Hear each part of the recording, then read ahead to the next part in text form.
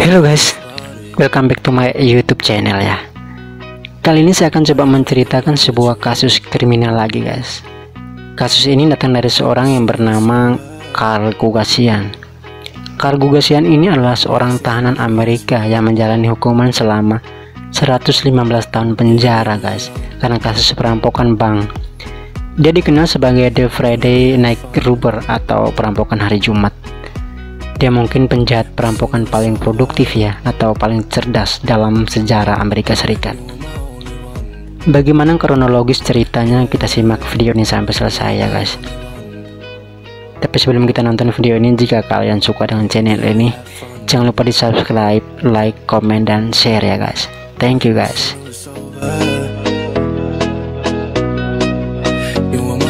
Carl Gugasian ini dilahirkan di Broomall, Pennsylvania, Amerika Serikat pada tanggal 12 Oktober 1947.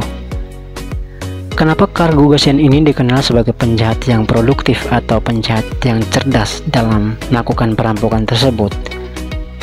Karena dia adalah seorang dokter guys, lulusan S3 yang melakukan aksi perampokan itu selama 30 tahun lamanya, dan sebanyak 50 bank telah dirampokinya. Pada masa kecil, si Carl ini dikenal sebagai anak yang baik ya, dan biasa saja. Akan tetapi setelah tumbuh remaja, mungkin karena salah pergaulan ya, dia berubah menjadi anak yang nakal. Dia mulai menyukai segala hal yang berbau kejahatan. Waktu berlanjut sampai dia melakukan kejahatan yang pertamanya berusia 15 tahun. Pada saat itu dia mencoba merampok sebuah toko permen. Akan tetapi pada saat melakukan aksi perampokan itu ya, ternyata si Carl ini mengalami sial. Carl ini ditembak dan ditangkap masuk penjara. 2 tahun kemudian selepas keluar dari penjara ya, dia merasa tidak berguna di masyarakat karena namanya sudah jelek di mata masyarakat. Di situ dia mulai dilema, berkecil hati. Dia merasa rekor kejahatan yang dilakukan di toko permen itu akan membekas umur hidupnya. Di otaknya Carl ini merasa bahwa masyarakat akan menolak dia untuk selamanya dan dianggap sebagai sampah masyarakat. Hal itu sangat mengganggu pikiran si Carl ini, dan dia mulai bertekad ya. Di situ dia mulai bertekad untuk melanjutkan pendidikannya untuk menjadi seorang penjahat yang sesungguhnya. Pada saat itu dia mempersiapkan pendidikannya untuk menjadi seorang perampok yang handal guys. Jadi dia ini mulai sekolah lagi untuk menjadi seorang perampok. Gila enggak guys?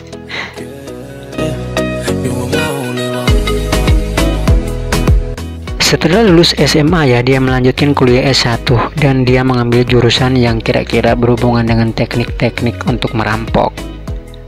Pada saat di bangku kuliah S1 ini ya, dia mengambil jurusan teknik listrik. Setelah lulus dia bergabung dengan Angkatan Darat Amerika Serikat. Di sana dia juga belajar tentang persenjataan ya, karena tujuannya ialah ingin merampok guys. Jadi dia harus belajar semuanya seperti itu. Setelah lulus dari Angkatan Darat itu ya, dia pun melanjutkan pendidikannya ke S2. Di S2 ini dia mengambil jurusan analisis sistem, bertujuan untuk menguasai ilmu-ilmu yang berhubungan dengan sistem-sistem perbankan. Kemudian setelah lulus dari S2, Carl ini lanjut lagi ke S3 guys. Dia adalah seorang dokter. Di S3 ini dia mengambil jurusan probabilitas dan statistik.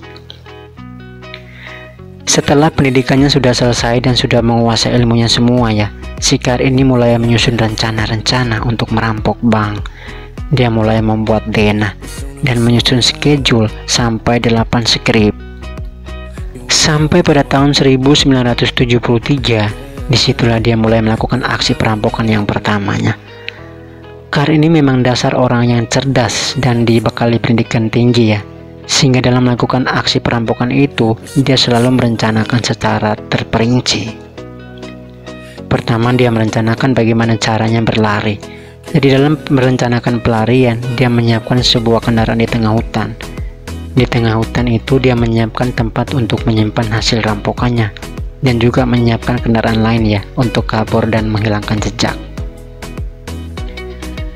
Kemudian dia juga mempunyai beberapa kriteria tentang bank yang harus dia rampok.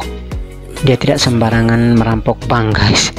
Dia menyusun rencana bahwa bank yang harus dia rampok adalah bank itu tidak jauh dari hutan, Dan yang kedua, bank tersebut tidak terlalu ramai pengunjungnya. Yang ketiga, bank tersebut tidak jauh dari jalan tol. Dan yang terakhir, dia hanya merampok bank pada saat musim dingin saja, guys. Hal tersebut dilakukan agar baju atau aksesoris yang dipakai untuk menutup muka dan badannya itu ya tidak ketahuan sama orang-orang, seperti itu. Dan dia juga dalam beberapa hari dia harus mengamati atau survei ya bank-bank yang harus dia rampok. Jadi cerdas banget otaknya ini. Setelah semua rencana sudah selesai dirancang ya, tibalah saatnya untuk bereaksi. Dia melakukan perampokan ini seorang diri, guys. Pada saat itu dia hanya merampok pada hari Jumat saja. Dia tidak mau merampok di hari-hari lain.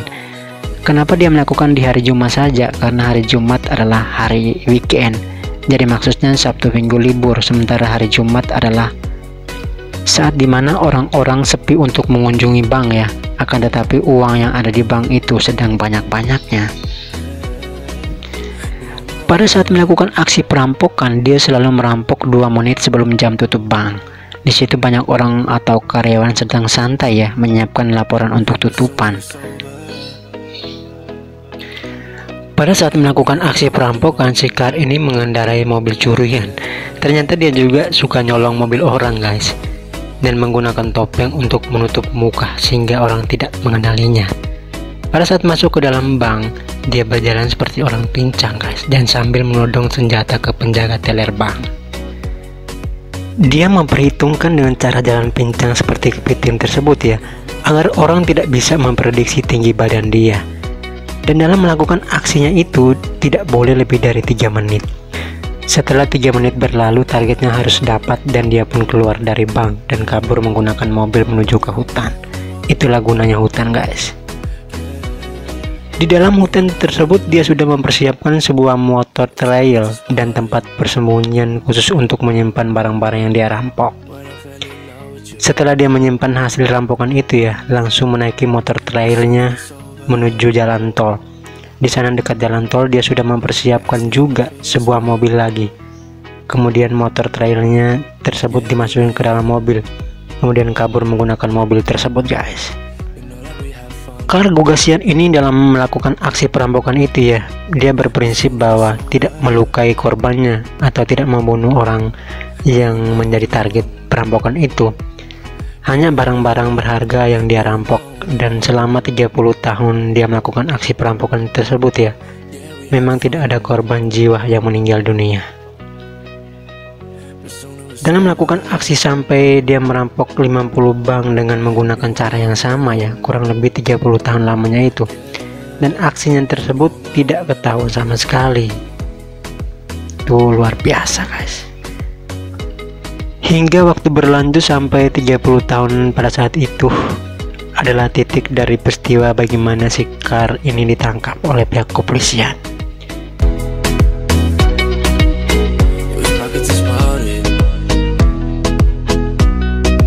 Diceritakan bahwa pada suatu hari ada 2 anak sedang bermain ke sebuah hutan. Mereka secara tidak sengaja menemukan barang-barang dari si Kar ini ya, yang disembunyikan di tengah hutan tersebut. Mereka pun akhirnya melaporkan kepada pihak kepolisian ya. Polisi pun kemudian bergegas ke lokasi penemuan tersebut untuk menyelidiki barang-barang itu. Di situ mereka menemukan ada beberapa jenis topeng, ada peta-peta bank, dan mereka juga menemukan berbagai macam dokumen yang jumlahnya 600 dokumen, guys, yang isinya adalah rencana-rencana perampokan semua tentang bank itu. Akhirnya berdasarkan dokumen-dokumen tersebut ya, diteliti dan diselidiki oleh pihak kepolisian sampai mereka menemukan satu dokumen yang menyebut salah satu tempat yang berhubungan dengan perguruan karate. Ternyata si Kar ini waktu masih menempuh pendidikan ya, dia juga sempat mengikuti latihan karate, guys. Polisi akhirnya menyelidiki ke tempat karate tersebut ya. Di sana mereka mendapat informasi bahwa itu adalah dokumen-dokumennya si Kar Gugasian. Hingga pada tahun 2002, Kar Gugasian pun tertangkap oleh pihak kepolisian, guys. Pada saat itu dia sudah berusia 55 tahun ya. Akhirnya kasus itu dibawa ke meja hijau. Di pengadilan si Kar ini malah bela diri. Dia bilang bahwa dia tidak bersalah. Pihak Pengadilan sampai mendatangkan saksi-saksi bank ya pada saat dia melakukan aksi perampokan. Ketika saksi-saksi bank itu datang dan melihat Carr ada di pengadilan, dia menangis histeris, merasa ketakutan tersendiri. Dia masih trauma tentang peristiwa itu. Disitulah si Carr ini tersentuh hatinya. Dia tidak tega melihat saksi histeris seperti itu ya, dan dia pun mengakui semua perbuatannya bahwa dialah yang melakukan perampokan itu.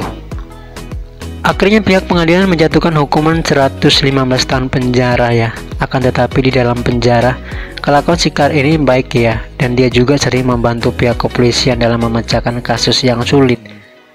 Karena dia adalah seorang dokter lulusan S3 ya, yang cerdas. Dia juga mengajar para tahanan lainnya di penjara. Sampai suatu ketika pihak kepolisian mendapatkan suatu kasus perampokan lagi guys. Dan kasus ini sangat sulit dipecahkan oleh pihak kepolisian ya. Akhirnya mereka pun berdiskusi dan meminta ide-ide dan gagasan dari si Carr Gugasian ini. Di situ si Carr dapat menunjukkan dan dapat memecahkan kasus perampokan tersebut. Hingga berdasarkan kecerdasannya itu ya, si Carr Gugasian diangkat menjadi pelatih dari FBI guys.